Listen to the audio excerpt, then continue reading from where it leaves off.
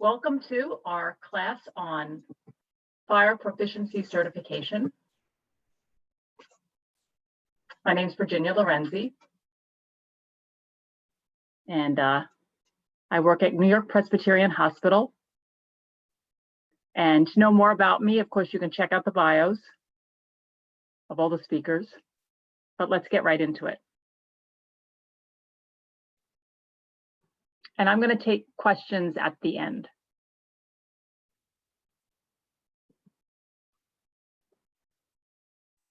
So our learning objectives for this class is to describe the purpose of the FHIR R4 Proficiency exam, to understand the format and coverage of the test, to describe the test competencies, which means what is this test testing for, review a few example questions, and to describe how to prepare, register, and sit for the exam.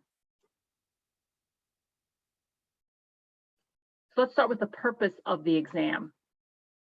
Well, one purpose of this exam is as an education tool. I see tests as a way to help learners focus, and in their when you can focus when you have a test and immerse yourself in the material. I teach at Columbia University, and I like to tell my students that preparing for finals week is your chance to really immerse yourself in your review of the material. Another purpose of this exam is an opportunity for personal proof of proficiency. You earn a certificate of knowledge proving proficiency in the FHIR specification. It's also an opportunity for employers. They can identify individuals with FHIR proficiency to help them decide who to hire, but it's also useful to just ensure that your workforce has proficiency in FHIR, both for being able to do work within the office or if you're sending them out on jobs. But my favorite benefit of this exam, and I guess its most noble purpose, is we all benefit from improved quality of the FHIR workforce.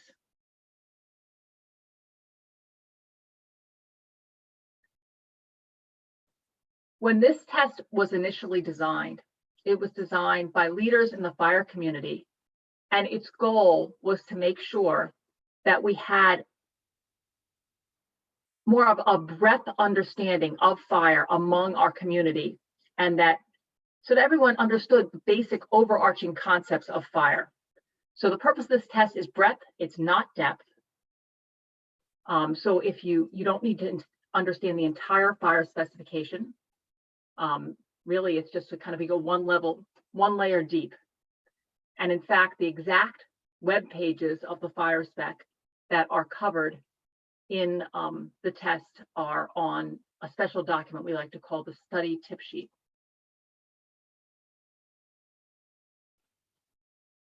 The test is not a practical exam. It doesn't require you to do software development as part of the exam. And it's a test that, some people who already have maybe some experience working with FHIR in different ways still may find that there are other areas they need to review, and we'll cover that in a little bit.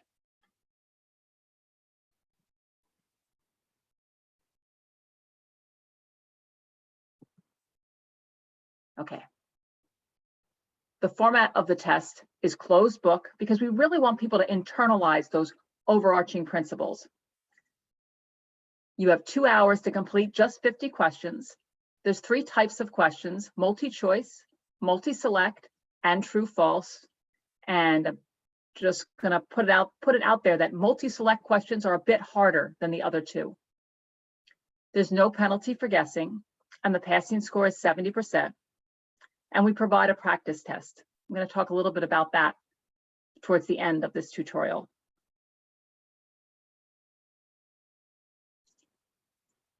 So the exam tests 9 competencies. The first is FHIR fundamentals. The second is resource concepts. The third is exchange mechanisms, such as RESTful API. The fourth is conformance as well as implementation guidance. The fifth is terminology. The sixth is representing healthcare concepts using FHIR resources. The seventh is safety and security. The 8th is the FHIR maintenance process. And the 9th is FHIR licensing and IP. So let's look at each one of those competencies.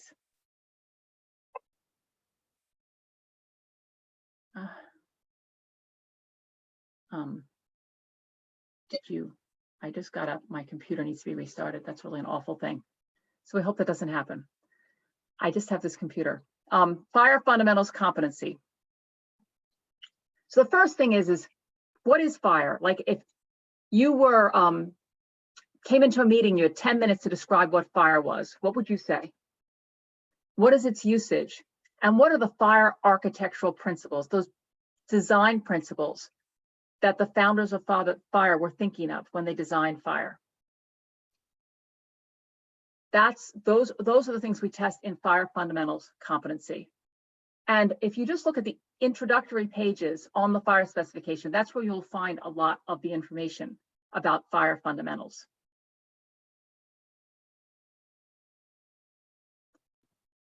We're going to do a practice question. And the way I'm going to do this is simply, I'm going to show you the question and read it to you, and then think about it, and then I'll show you the answer. Which of the following statements are true? And my face is over the words. There goes the answer. Which of the following statements are true with regards to FHIR's focus on implementers? A, FHIR specification is free to HL7 members and non-members, but is limited to personal use. B, FHIR supports multiple exchange mechanisms. C, FHIR greatly simplifies implementation at the expense of information integrity. Or D, FHIR aims to support resource formats that are understandable by technical and non-technical readers. I made a mistake by saying or, because this is a select all that apply type question.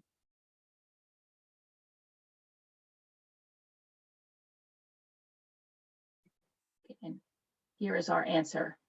And if you have questions about that, we'll talk about it at the end. You can put it in the Q&A.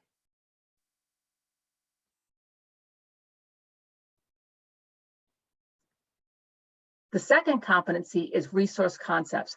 Resources are the building blocks of FHIR, right? Very important. How are resources documented in the FHIR specification? You know, there's really rich documentation for every resource, examples, schemas, diagrams, narrative. So you need to have an idea of how resources are documented.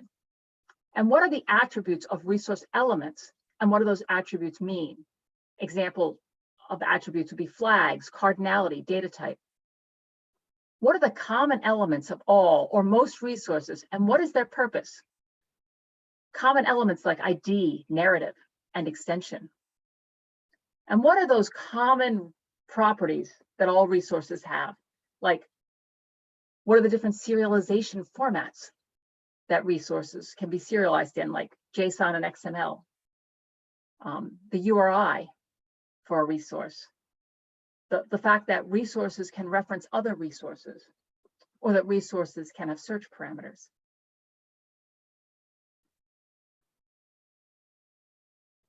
The third competency is exchange mechanisms.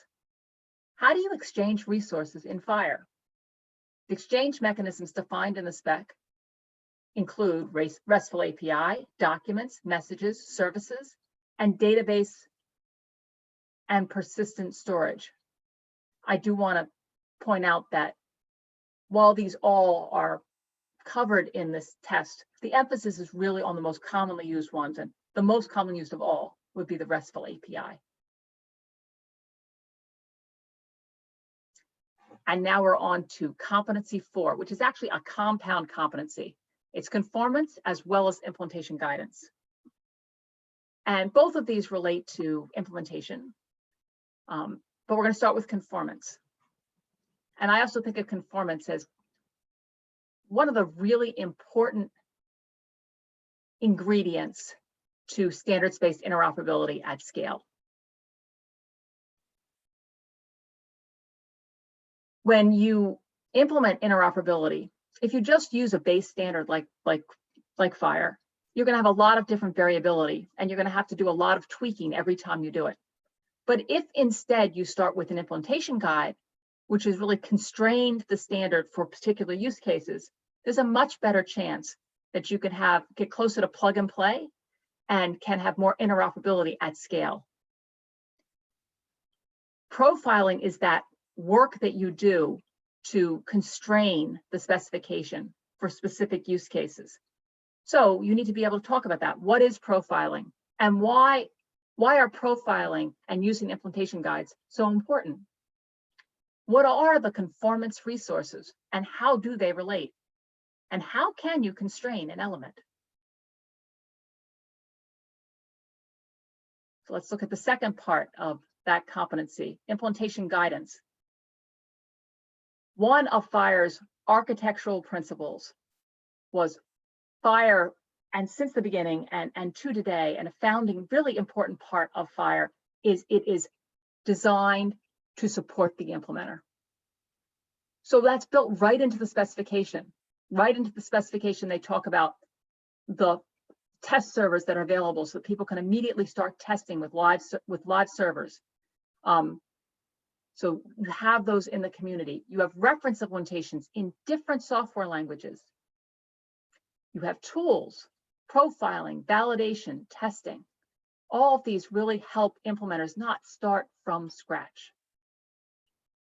And then also really important is a way for our implementers to communicate. And our main communication vehicle is chat.phir.org. And to develop standard interoperability and really have it work well with a lot of other people, it's really good to do that not in a vacuum, but to do it with other people, which is why that vibrant community is just so important. Our next competency is terminology. This is the other one. I like to think of conformance as one of these really important ingredients of standards-based interoperability, and terminology is the other one. What are the key concepts of FHIR terminology? What are the terminology-related data types and resources, and how do they relate to each other? Examples would be code, code system, concept map, value set. And what is a terminology server? And what operations could it support?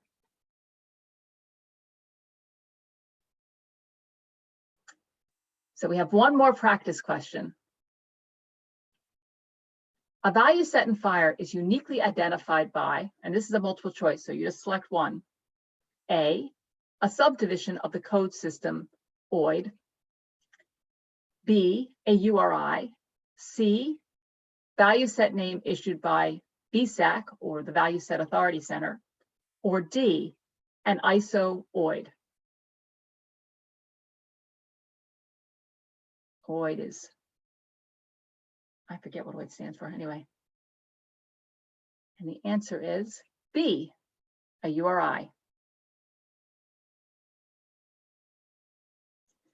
In terms of practice questions, I just have these two in this short tutorial. But we have the practice test as well as review courses that have more practice questions.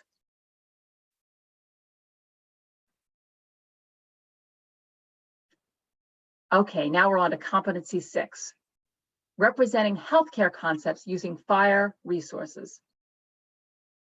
For this competency, we look at what is the purpose of each resource? What resource is the best choice for a specific common healthcare use case? And when we're talking about resources in this context, we're talking about the resources that are used in the business and the clinical workflow of healthcare. When you see this competency, you might think, this means I have to study the definition of every single resource in the specification. And there's quite a lot of pages devoted to detailed definitions of each resource.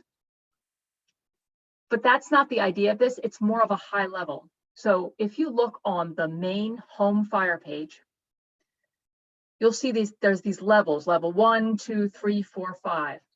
If you look at level 3, 4, and 5, they're focused on the business clinical workflow of healthcare.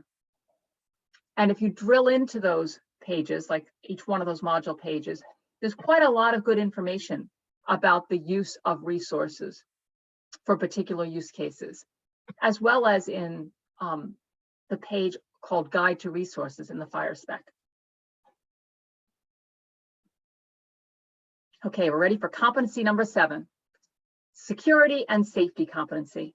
It's also a compound one, but I have it on one slide. So the first thing is to understand that FHIR is not a security standard, but we very much want to have secure interoperability with FHIR. So it's important to understand the relationship between FHIR and security. And then it's also important to understand what support FHIR does offer for security, such as security labels or audit trail. And then when you're implementing your FHIR implementation, it's really important that you implement secure interoperability. So there are security implementation recommendations in the specifications. You'd want to be familiar with those. Now you've got that secure FHIR interoperability, secure app, secure server. How do you also make sure that you're implementing clinically safe interoperability? FHIR provides an implementer safety checklist, and you want to make sure you're familiar with that.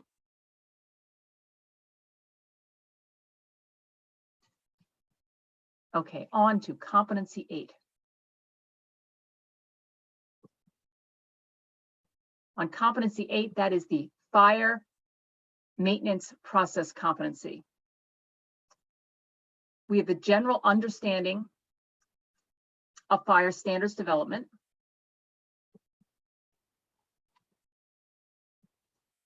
The general understanding of the FHIR standards development process, evolution of FHIR.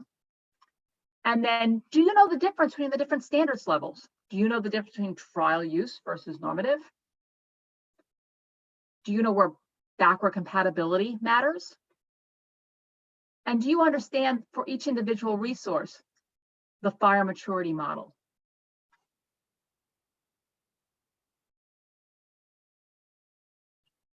And finally, we are on to the last competency, FHIR licensing and IP. And IP stands for intellectual property. I assume we all know the FHIR specification is free to use. But what are the licensing rules for the FHIR specification? And how do you legally use the FHIR specification? Or how do you legally reference related trademarks and copyrights? I kind of like this slide because it does a really good job showing how you would represent FHIR trademarks. You see at the top of the screen the logo followed by HL7 and followed by FHIR with little restricted circles above each one. So the people who made the DevDays template did a really nice job following the guidelines for this.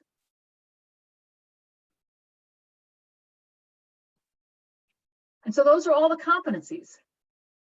As you can tell, it covers quite a large amount of ground. You can see the breadth that I was talking about.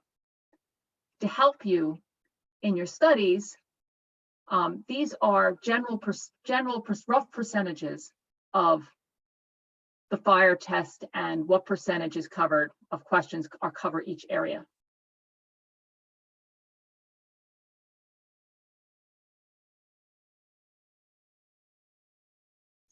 So how do you prepare for this test? Well, I recommend you do at least this.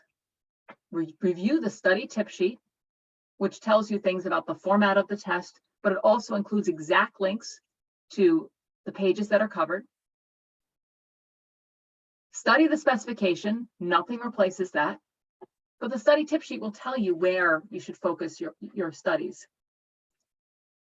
And take the practice test. The practice test was especially designed to show you the format of the kinds of questions that are on the test, and it's also representative of the competencies of the test. And then I also recommend we have a 3-hour exam review class you can take, and that's going to go into each one of these competencies in a lot more depth, as well as provide a lot of practice questions.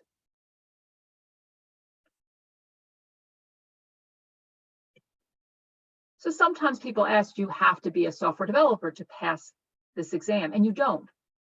And that's intentional. We have people that are using FHIR that are business analysts, that are implementation guide developers. So you do not have to be a FHIR software development experience. I would expect you'd have to be a bit technical, though, to pass this test, and certainly very detail oriented. If you have lots of experience developing implementation guides or building a specific FHIR application or server, do you need to prepare? And I think you do.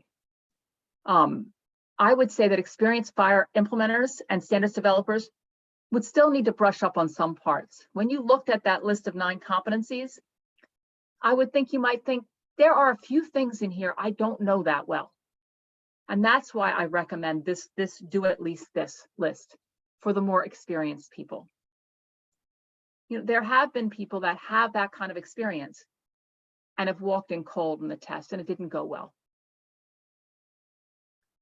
And that's because we're focusing on breadth, but a lot of times people focus on depth. So what if you're newer to FHIR and you want to prepare for this certification? So you'd want to do more preparation. Well, first thing is you are right in the middle of one of the best education events we have. And all the sessions are recorded except for a few. So there are many tutorials. I would say probably every tutorial here can help you prepare in some way. But I've picked out a list of tutorials that I think would be especially helpful in preparation for this, this test.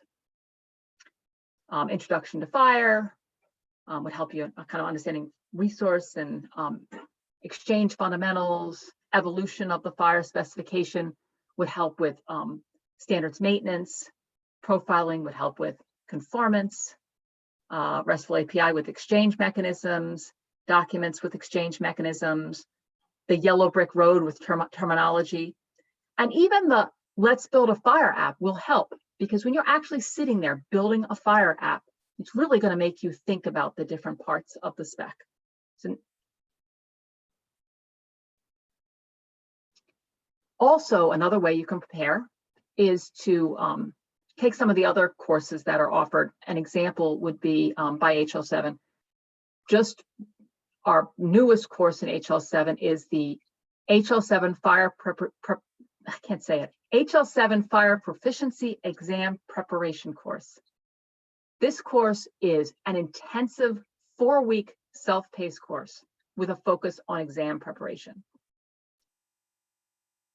If you'd like to take another approach and not have that focus on exam preparation and have a class that's more focused on implementation, you could take the FHIR Fundamentals course. You don't actually program in this course, but you do use the Postman tool and do all sorts of exercising, developing RESTful API calls as you're working with the specification. And then if you don't want something that big in your training, you want a shorter duration training, you don't need that much. We have a FHIR Path to Certification bundle, which just has the introduction to FHIR webinars, as well as that proficiency exam review class put together with it. So how do you get certified? Okay, you're ready to do it. What do you do next? Well, you need to register for the test. And if you look on this page I have at the bottom of the screen, you'll see a big button that says register. And I was kind of scared to press that button because I'm like, I'm going to register. And does that mean the timer starts? And now I have to take the test in 2 weeks. You know, but you can actually register and you don't have to take the test for like a year. When you register online, you receive a voucher good for 360 days. At that point, you can schedule the test.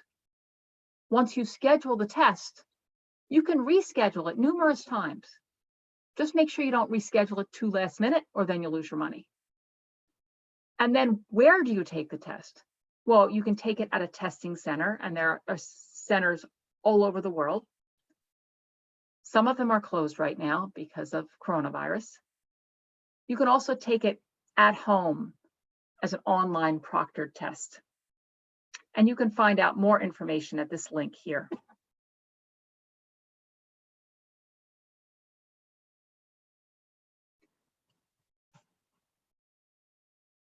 So this is the conclusion of the organized part of the class. What did you learn? You learned the purpose of this test, the format and coverage of the test. You now know what those 9 test competencies are that are covered by the exam. You know what a typical test question looks like. And you know how to prepare, register, and sit for the exam. If you want to reach me during DevDays, you can find me on the Whova app. During and after DevDays, you can email me. You can even reach out to me on Twitter. I am @PracticalHIT. And I think we should have a nice amount of time for questions, and any questions you have about this test, please let me know. So Virginia, this is Michael, and we do have some questions. So one question is, after the whole event session, I believe this session, are we expecting to receive an e-certificate of attendance? So I'm not sure of the answer to that question. I reached out to Ward. So in the Q&A for this session, I'm hoping Ward will answer that question. So Okay. That's good. a general DevDays question. Yeah. And It's a good question. The next question is, can you confirm these slides will be available following the session? And I can confirm that, you know, the FHIR DevDays and Whova have been placing the slides and the videos of these sessions usually on the same day, so you can download them at will. All right, next question is, can we have a copy of the practical test if we want to try out the exam? Yeah, so when you get these slides, you can find all the links and you can find the practice test. And actually, I want to, oh, I didn't want to stop sharing. Keep sharing. I want to take you somewhere. That's okay. And take you to the HL7 website. So on the HL7 website, under certification, you find HL7 FHIR. There's that big red button I said, says register, which seemed a little scary to me when I first saw it. Yeah. But it's really not that scary. These are study resources. There's the study tip sheet, which I would recommend, strongly recommend, the very first thing you do is read that. This is the practice test. And that's just the FHIR standard. You all know how to get to the FHIR standard. Over here are some of the classes I mentioned. And then this is a little tricky, but if you go to certification and you just press on certification,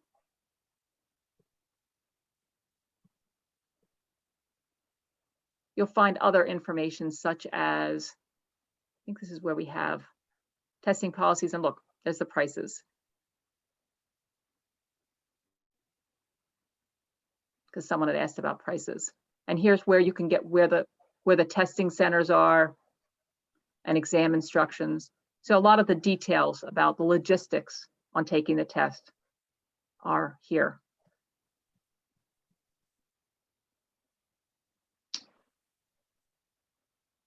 Yeah, very good. And there are other questions here. What is the value of getting certified? So when I tried to cover that in the beginning, so the value is, you have a certification that you can list on your resume, so you have that opportunity to help from an employment perspective. It's useful to your employer, but also another value is it's kind of useful just in the perspective of having those kind of that standard knowledge that you can bring to the table, having a good overarching knowledge of FHIR. Okay, so let's just say you've gone through certification and you passed. where do other organizations, how do they know that you are certified? So HL7 maintains a directory, and they also allow you to download an e-badge. See this? It was right there. Oh, it disappeared. Yeah, I saw it. Yeah, okay.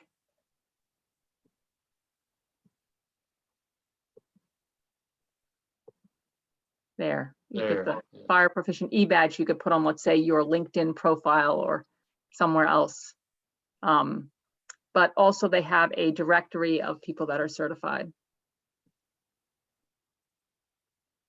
And I think they can send you a paper certificate if you want, but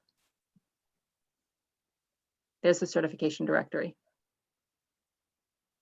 All right, if you're new to HL7 FHIR and you want to be certified, how long does it take to go through the process of learning in general? So one thing I want to point out about this test, again, this test is a proficiency test. It's not like a mastery test, right? So I think that, as I mentioned, do at least, right? And I think a way to do this is you read the study tip sheet, you take that practice test, that's going to make a big difference in you figuring out where your gaps are.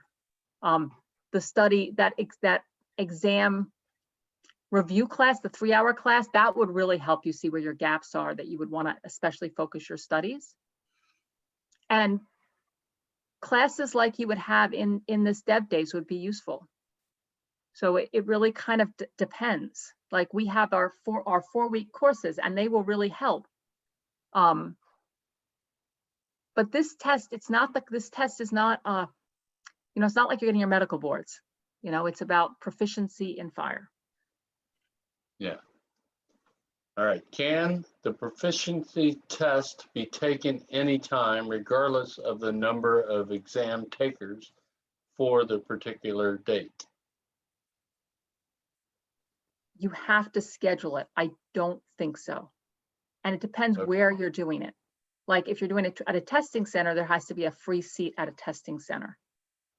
If you're doing it online proctored, it's online proctored. So someone's watching you. So that person has to be scheduled. Yeah. Are there discounted rates for examinees from third world underdeveloped countries? I didn't see it on the list, but that is a good question. So we're going to keep that out there, and I'm going to follow up on it. We do have discounts for the preparation courses like FHIR Fundamentals. I know we have discounts there and scholarships. But I'm not sure if we have it for the exam. Okay, very good. Does the certification need to be renewed once you have passed, meaning annually or whatever? If yes, how often is it, and what are the requirements? We have no renewal at this time. Okay. Is it going to be free? And I don't think the answer is yes there. So No, there are some discounts, but it's not free.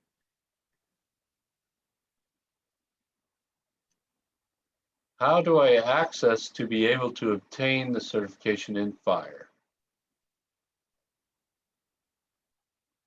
I think I sent a link to that question. I think I answered it. Okay. Yeah. And that's all the questions I see right here. Do you see other organizations valuing the FHIR certification? Sometimes not, actually.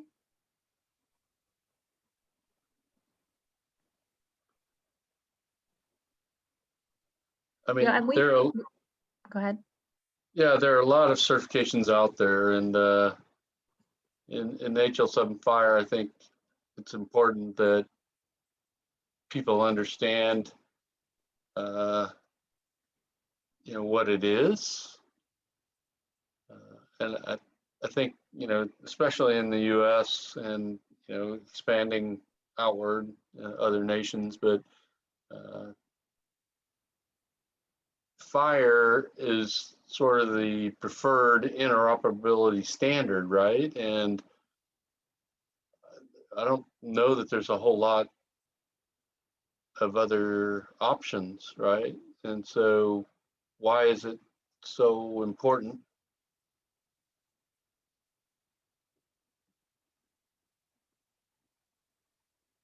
Is that a question? Yeah, why is FHIR so important over anything else out there, and why would anybody want to get certified?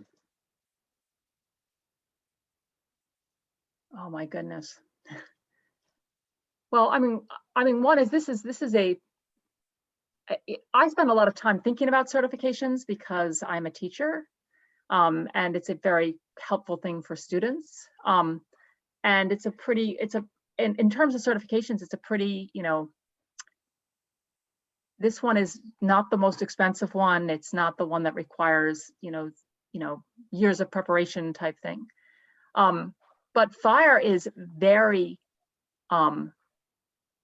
very, very popular right now. We've gotten beyond, they say the hype curve, beyond the hype curve. I will say that in the United States, FHIR is being required in a lot of our regulations. So we are turning on FHIR APIs like everywhere. I have turned on, I'm at the second release of our FHIR API.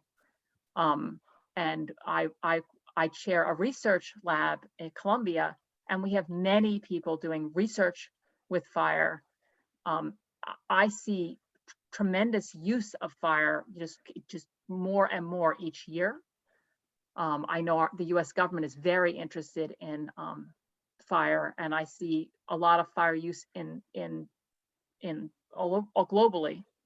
So I think even if you're not at that point yet, you're going to get there.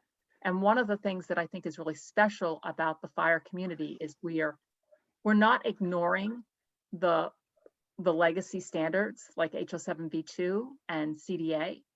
Instead, we're making sure that we provide migration paths, and that I also think will help us. It's not going to hit right away, but it's going to make a big difference, because without a clear migration path, you're not going to migrate, right? But we are doing the mappings, we're creating the tooling. I'm sure, there probably is some class during these dev days. Otherwise, there's recorded class from prior dev days about that. No, very good. And there's a few other questions that have come up, but does the certification need to be, we talked about that. Sorry, yeah, so one other question I think is important is why FHIR versus anything else? Why would anybody want to be certified to FHIR versus any other health standard? So I'm going to talk about that in relation to the other HL7 standards. So the first thing is I really wouldn't recommend the V3 RIM specialist certification, even though that certification is near and dear to my heart, because we're not doing V3. The only V3 we do is it's the foundation of CDA, most commonly in the world.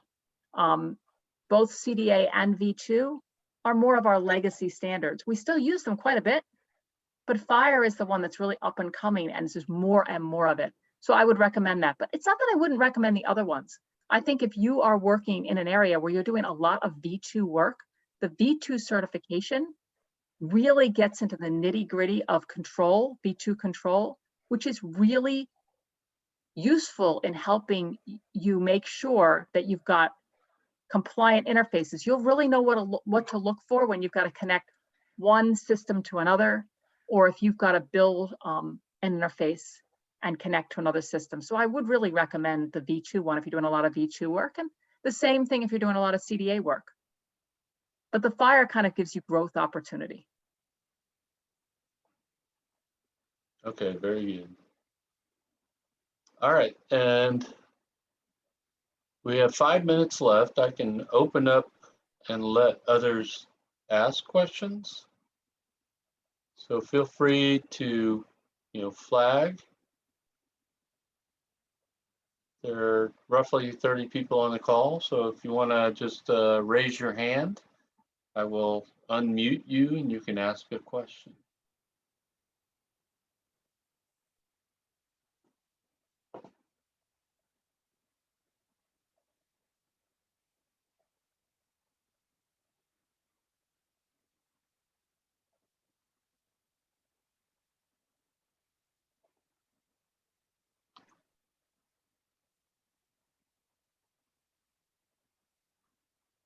So Virginia, I don't see anybody raising their hand. Anything you would like to say? I really appreciate everyone joining this tutorial. And if you have any additional questions, please feel free to reach out to me. Yeah, this was great. I appreciate it.